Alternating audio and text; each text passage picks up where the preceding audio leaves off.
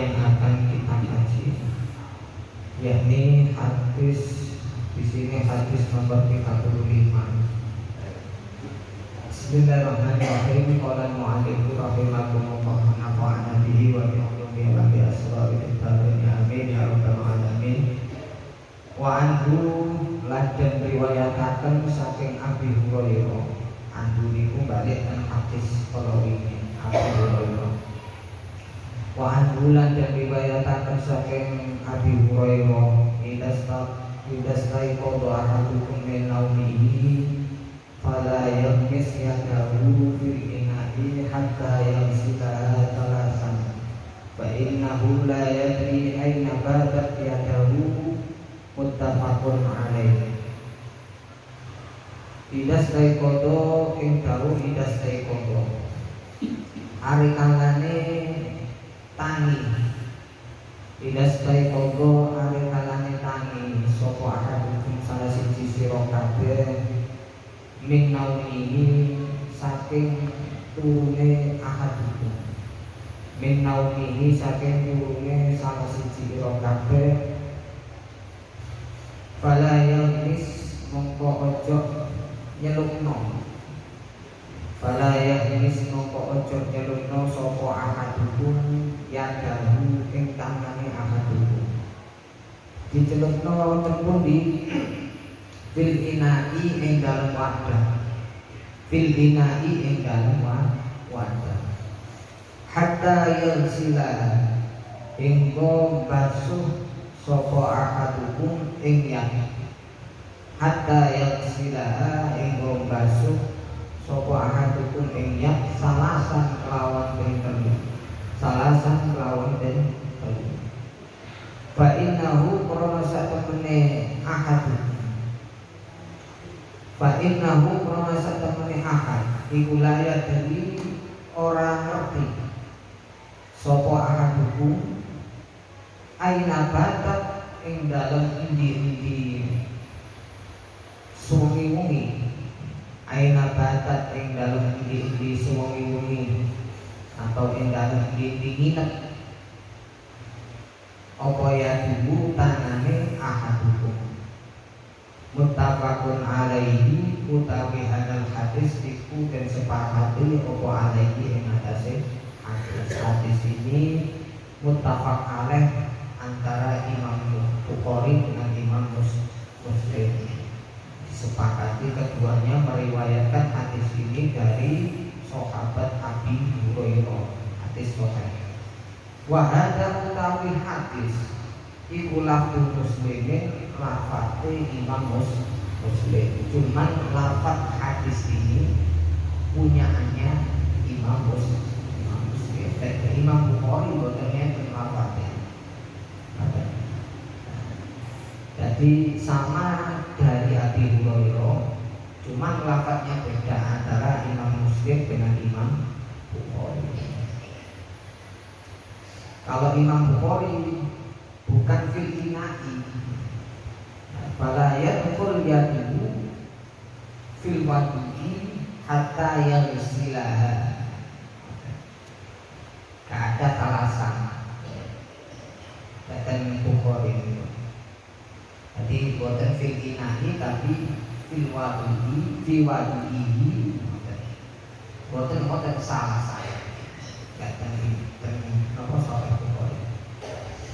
Jadi hadis ini maknanya adalah idas tayqadha ahadukum min naumihi, ketika kalian itu salah satu di antara kalian, terus Kanjeng Nabi bangun dari tidurnya, fala yaghmis yadahu, maka jangan celupkan tangan kalian di dalam wadah fil ina'i, di dalam wadah, hatta yaghsilaha salasan, sehingga kalian itu membasuh tangan kalian tiga kali.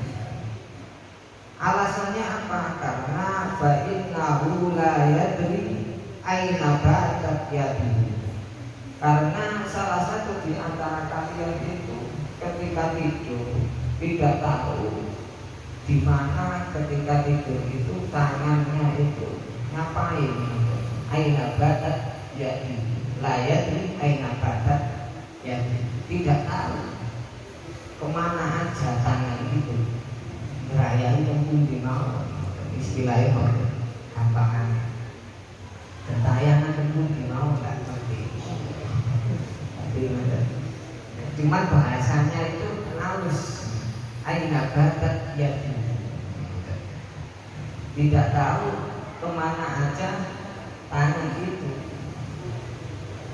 Tidak dijelaskan oleh Rasulullah, tidak tahu kemana aja, bisa jadi tangan itu menyentuh kubur, menyentuh dubur, boten-boten. Jadi bahasanya Rasulullah itu halus. Jadi hadis ini itu menjelaskan banyak sekali faedah hukum yang bisa diambil di dalam hadis ini. Kurang lebihnya itu ada 10-an. Aslinya ya banyak sekali. Kalau dihitung itu, kalau dipelajari itu sangat banyak sekali faedah hukum yang bisa diambil dari hadis ini. Pertama, faedah hukum yang terdapat di dalam hadis ini adalah hadis ini menunjukkan bahwa setiap orang yang bangun dari tidurnya dilarang memasukkan tangannya ke dalam wadah yang berisikan air untuk wudhu. Jadi ketika jenengan itu matur tilem bangun dari tidur, langsung mencelupkan tangan ke wadah itu dilarang oleh Kanjeng Nabi sebelum membasuhnya 3 kali. Jadi wadah di sini itu maksudnya itu aslinya umum pada apapun. Tapi wadah di zaman Rasulullah yang dibuat untuk nopo namanya wudhu itu wadahnya cilik, inak itu wadah itu kayak zamannya Rasulullah itu dan kitab dijelaskan itu kecil, kayak mangkok.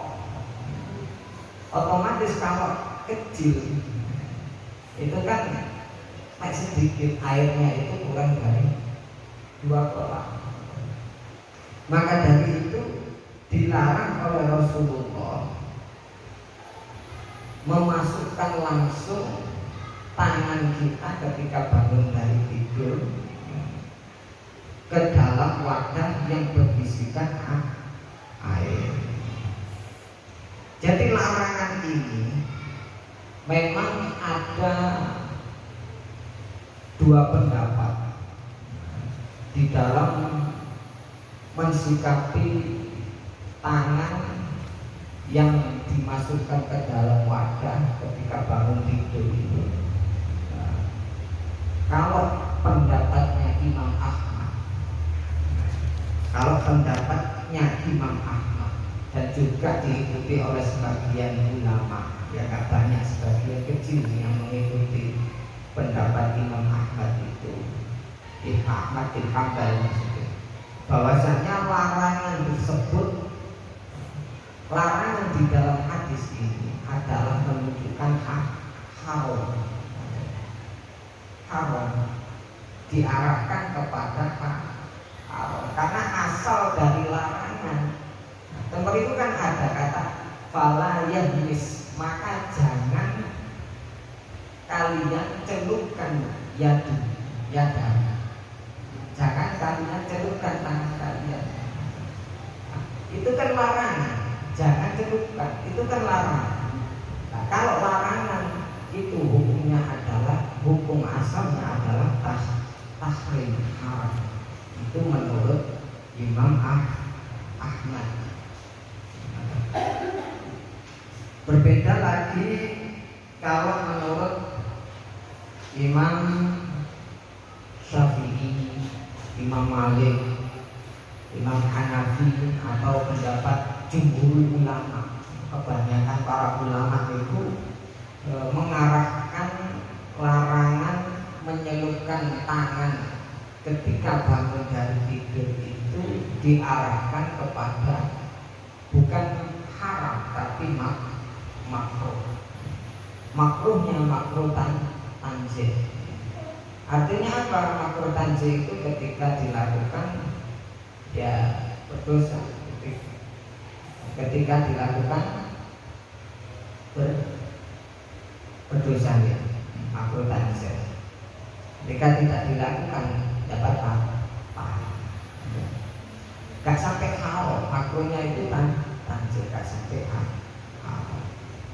Itu adalah pendapat jumhur ulama. Alasannya apa? Kok para ulama, kebanyakan ulama itu cuma menghukumi makruh, tidak sampai haram, tidak seperti Imam Ahmad. Karena para ulama ini melihat dari lafaz teks hadis, yakni fa innahu la yadri aina batat yadu. Fa innahu la yadri aina batat yadu. Di situ kan ada kata-kata aina batat la yadri aina batat yadu.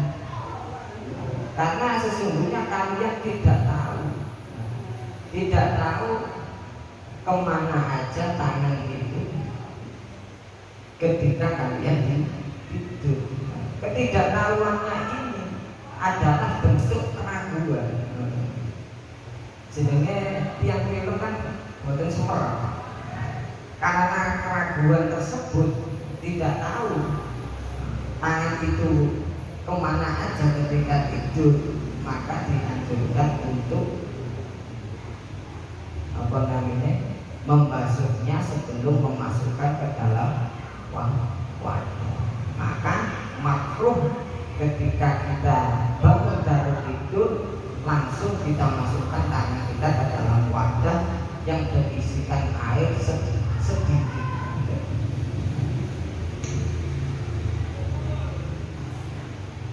Dan Imam Ahmad ini pendapatnya tadi kan mengharamkan mencelupkan tangan ketika bangun dari tidur itu kan haram menurut Imam Ahmad.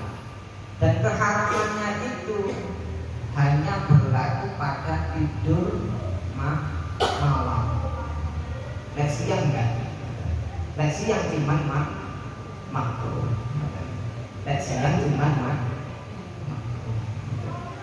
jadi kalau tidur malam sampai ngeten iki film makruh. Kalau bisa film besok apa? Dalu tangi sholat wudu langsung sampai celup no tangannya tenggene air untuk wudu. Nah ini haram hukumnya. Tapi kalau tidur siang hukumnya cuma makruh. Ini pendapat Imam Ahmad. Kok iso ngoten? Karena melihat dari lafaz batak, aina batak, undi-undi sewengi-wengi. Jadi batak itu menunjukkan malam. Berarti tidurnya itu cuma tidur malam. Jadi ada kata-kata aina batak. Dalam mimpi sewengi-wengi opo akan dulu ya dulu tangan sih. Jadi melihat dari dohir lafaz ainaka, makanya di situ Imam Ahmad berpendapat ketika tidur malam. Kalau siang cuma makruh, tapi jumhur ulama cuma menghukumi makruh. Kemakruhan itu ketika tidur malam, ketika bangun dari tidur malam, dan tidur siang boten makruh. Terus pendapat jumhur ulama ini seperti Syafi'iyah, Malikiyah, Hanafiyah yang berpendapat bahwasanya larangan menyelupkan tangan ketika bangun dari tidur malam itu diarahkan kepada makruh. Alasannya pertama, alasannya itu kira-kira ada 3 alasan. Kalau tulis itu kan kitab itu alasannya ada 3. Pertama adalah firman Allah di dalam Al-Qur'anul Karim yang mengenai tentang masalah wudu. Di dalam surat Al-Maidah itu perintah wudu itu ya ayyuhalladzina amanu idza qumtum ila sholati faghsilu wujuhakum wa aydiyakum al-ayat. Wahai orang-orang beriman, ketika kalian itu idza qumtum ila sholat, ketika kalian berdiri ingin sholat, berdiri di sini maksudnya berdiri baik bangun tidur, berdiri dari bangun tidur ataupun tidak berdiri dari berjalan. Ingin sholat maka falsifu wujuhan, basuhlah wajah kalian. Jadi Allah nyuruhnya falsifu langsung basuh, disuruh langsung basuh wajah, tidak diperintah untuk membasuh tangan. Jadi masih umum perintah Allah itu. Maka dari itu ulama mengarahkan bahwasanya menyelupkan tangan ketika bangun dari tidur itu cuma hukumnya makruh. Karena di dalam Al-Quran Allah tidak memerintahkan langsung membasuh wajah, tidak memerintahkan membasuh tangan. Jadi idza qumtum ila sholati, ketika kalian berdiri baik dari tidur atau tidak dari bangun tidur, ingin sholat itu alasan pertama. Terus alasan kedua, di dalam hadis Nabi yang kita baca tadi ada lafaz atau kalimat fa innahu la yadri, fa innahu la yadri aina batat yadi, karena salah satu di antara kalian tidak tahu kemana aja tangan itu berada ketika kalian tidur malam. Ketidaktahuan ini atau ketidakngertian ini, status keraguan tangan, apakah tangan ini najis atau tidak. Dari keraguan inilah maka ulama mengatakan hukumnya cuma makruh karena masih ragu. Karena Nabi itu menyuruh karena masih kemungkinan tangan itu yang saya melakukan begini tubur, garuk-garuk tubur, garuk-garuk kubur. Ada zaman riyen niku tenggene Arab niku yang saya cewek itu damel istinjae kan damel baru. Soalnya mereka gitu daerah iklimnya kan iklim panas, jarang air. Jadi istinjanya itu damel waktu. Nah, kalau istinja pakai batu, terus ketika kena keringat, nah itu statusnya itu najis. Jadi istinja pakai batu itu dihukumi suci, tapi tidak maksudnya itu masih najis, nggak bisa bersih hilang kayak istinja pakai air. Jadi najisnya itu najis di makhluk. Soalnya asarnya atau bekasnya itu masih ada istinja pakai batu. Jadi karena air. Nah ketika istinja pakai batu itu kan masih ada najis dimakan.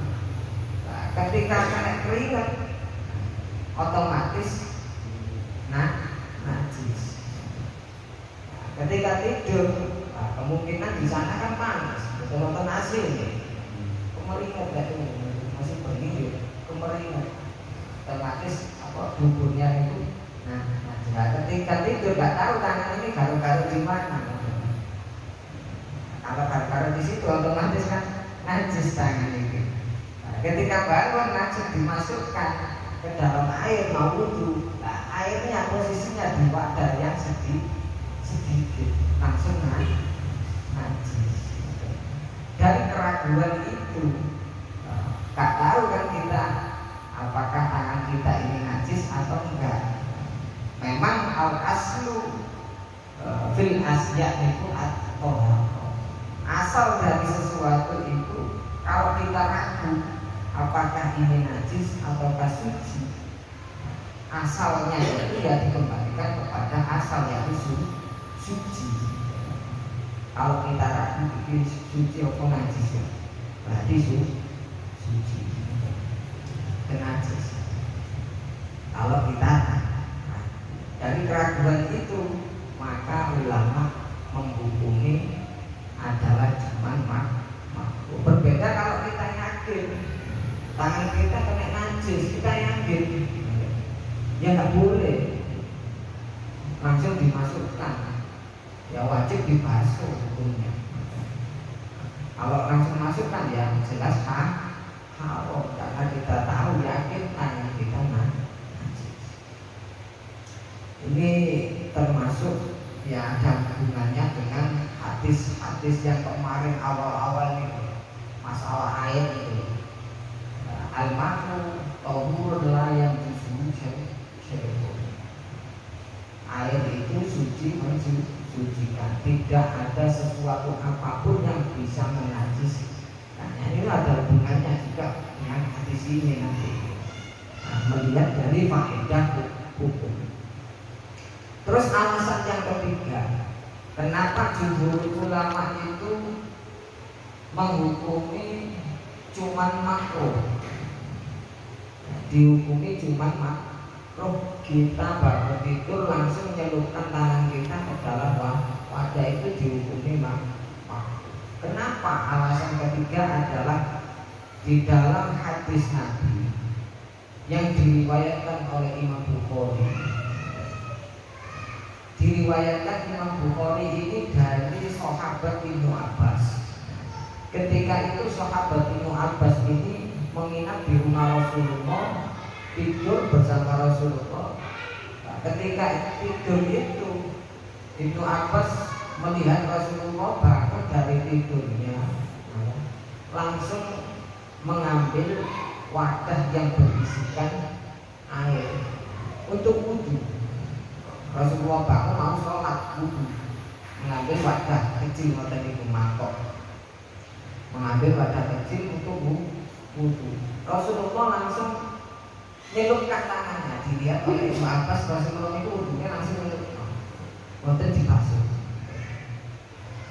Dan dari hadis Ibnu Abbas ini makanya jumhur ulama mengatakan cuman soalnya Rasulullah ya kadang wudhunya ngoten. Kadang itu Rasulullah basuh dulu tangannya sebelum dimasukkan ke dalam wadah. Kadang juga enggak langsung. Dari kedua hadis ini, dari hadis Ibnu Abbas ini, ulama berpendapat atau jumhur ulama Syafi'iyah, Imam Malik, Imam Abu Hanifah cuma menghukumi makruh. Dan membasuhnya itu sunnah. Jadi sunnah. Kalau nggak dibasuh makruh. Makruh ya cuma makruh tanzih. Itu faedah yang bisa kita ambil dari hadis itu yang pertama. Yang kedua, di dalam hadis ini itu kan ada lafaz inak. Inak itu kan wadah.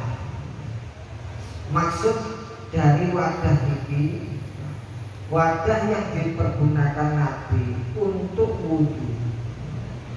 adalah wadah yang kecil seperti mangkok, yang otomatis kalau wadahnya kecil airnya itu ya sedikit kurang dari 2 kulkas. Berbeda dengan bak mandi kita itu beda. Jangan dipikirkan bak mandinya Rasulullah itu kayak bak mandi atau bak wudu yang kita pergunakan, enggak, kecil zaman Rasulullah. Nah, kalau bak mandi kita besar, rata-rata besar, nopo ngale, ten desa-desa ngoten niku ya. Tambah wong-wong segini 2 meter. Ya. Saking ini tambah cilik-cilik. Cilik-cilik. Nah, ini dia tahu di tanah akarnya tambah cilik. Jadi kalau airnya bak mandinya itu lebih 2 kolam, kita celupkan ya beda lagi hukumnya, pilihan. Kalau langsung kita celupkan ya tidak masalah, gak langsung dihukumi najis. Tapi kalau gak ada 2 kolam langsung najis.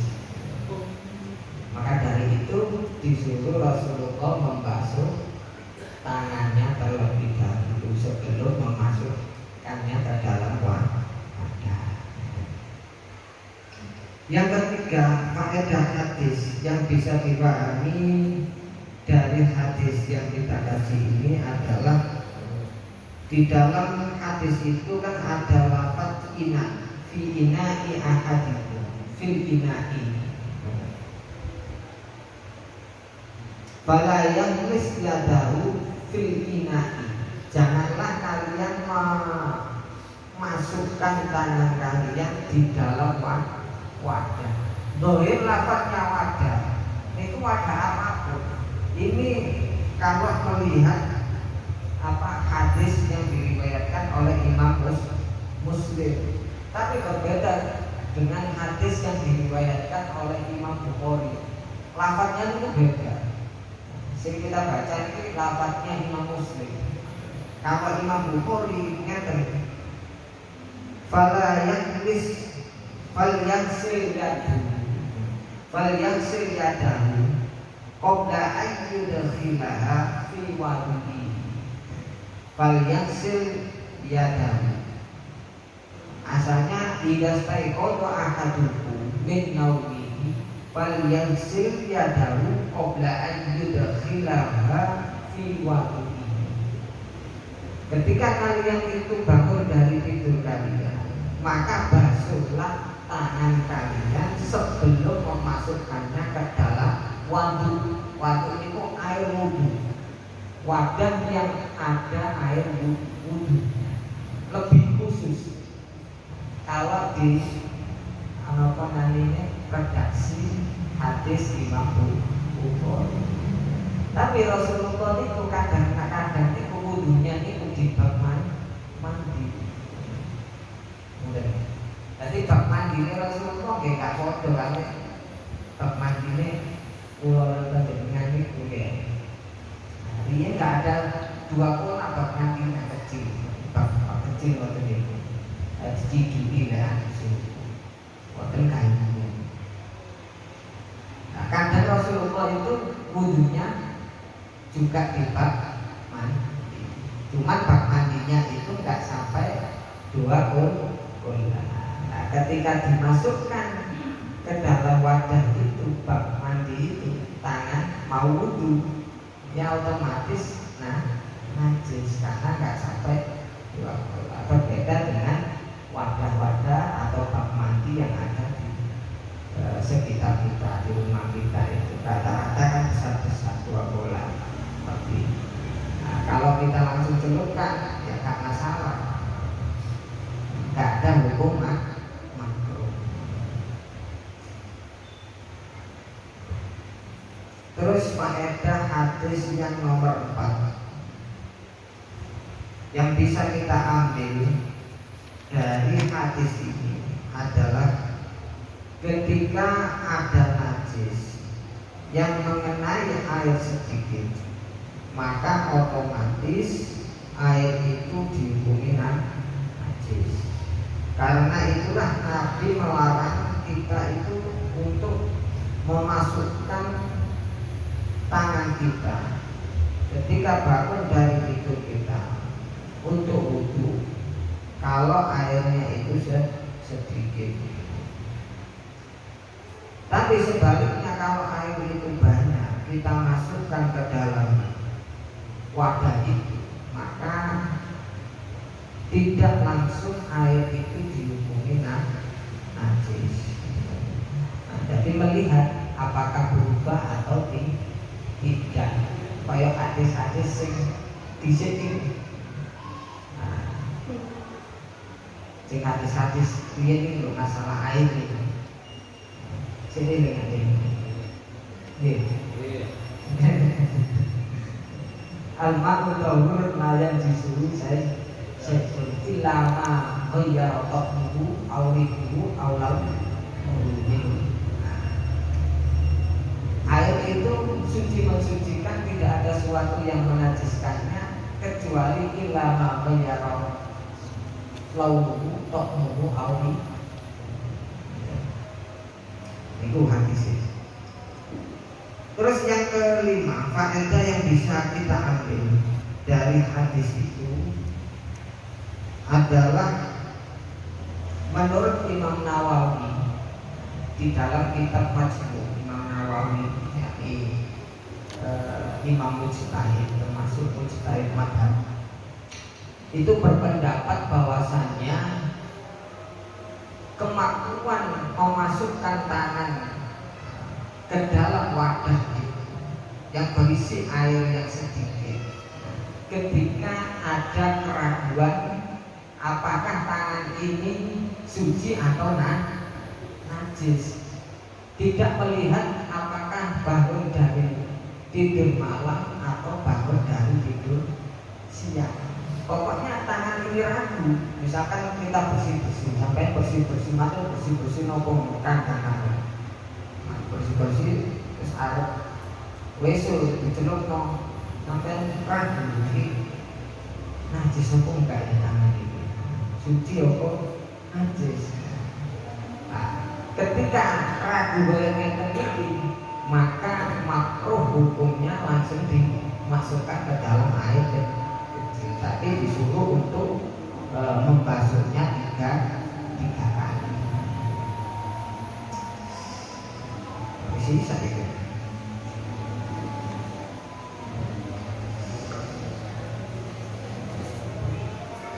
Terus hadis ini juga memberikan faedah fikih bahwasanya ada faedah fikih itu al-yaqinu la yuzal bisa. Keyakinan itu tidak bisa dikalahkan dengan keraguan. Karena di dalam hadis itu kan ada fa'innahu la yadri aina badat yaduhu. Itu kan masih ragu. Kita tidak tahu bahwasanya tangan ini kemana aja. Dari keraguan itu maka memunculkan faedah al-yaqinu la yuzal bisa. Dan juga di dalam hadis ini memberikan faedah bahwasanya ada yang namanya air itu ketika mensucikan najis. Ada air itu warid, ada maut. Air yang mendatangi najis dan ada air itu yang didatangi najis. Karena Rasulullah itu mengatakan ketika kalian bangun dari tidur kalian jangan langsung memasukkan tangan kalian ke dalam wadah, tapi basuhlah. Lek ngomong basuh itu berarti kan dituangi kan gitu. Lek basuh kan berarti airnya mendatangi najis. Nah ini termasuk dalil Imam Asy-Syafi'iyah bahwasanya ketika mensucikan najis airnya itu sedikit, air itu harus mendatangi najis. Jangan najis mendatangi air.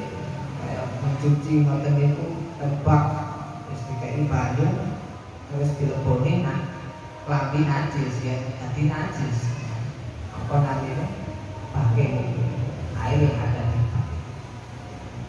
Ini termasuk dalil Imam Syafi'i mengenai ada perbedaan antara air yang mendatangi najis dengan air yang didatangi najis. Termasuk poin dari dalil Imam Syafi'i.